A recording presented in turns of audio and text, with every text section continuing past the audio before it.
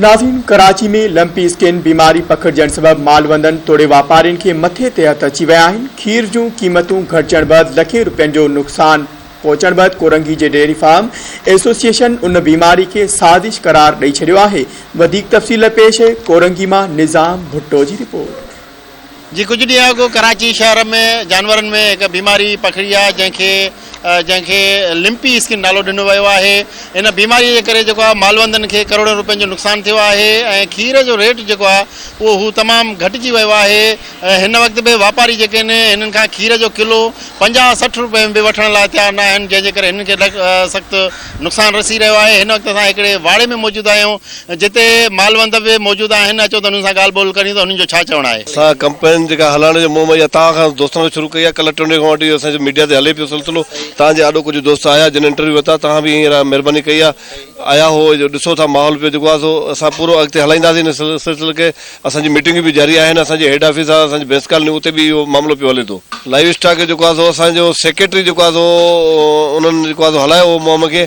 उन्हनि जेको आहे सो असांजो पूरी सिंध में जेको आहे सो उन्हनि हिकिड़ो लेटर मोकिले छॾियो हो। हिननि जे हिसाब सां मां उन्हनि खे बि चवणु चाहियां थो, लाइव स्टॉक असांजो मिनिस्टर आहे, सेक्रेटरी लाइव स्टॉक आहे, कि बाबा खुदारा हिन मामले खे ॾिसो, छो जो तव्हां लाइव स्टॉक जा ज़िम्मेवार वेठा हो, हिन मामले खे ॾिसो, छो जो हीउ इदारो तबाही बर्बादी तरफ थो पियो वञे।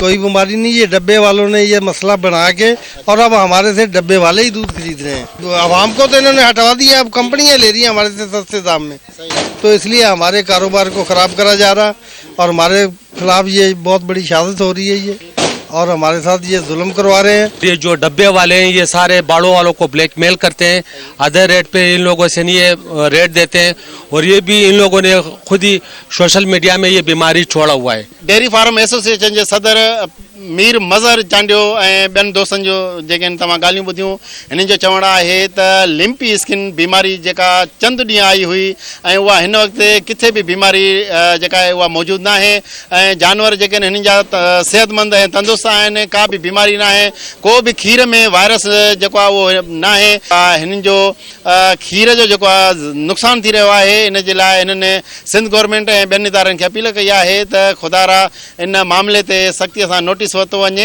ऐं अवाम खे ॿुधायो वञे त खीर में का बि बीमारी न आहे, न को गोश्त में बीमारी आहे, न कंहिं जानवर में हिन वक़्तु का बीमारी मौजूदु आहे। कैमरामैन अवेस सां गॾु निज़ामुद्दीन भुट्टो, धरती टीवी न्यूज़, कोरंगी।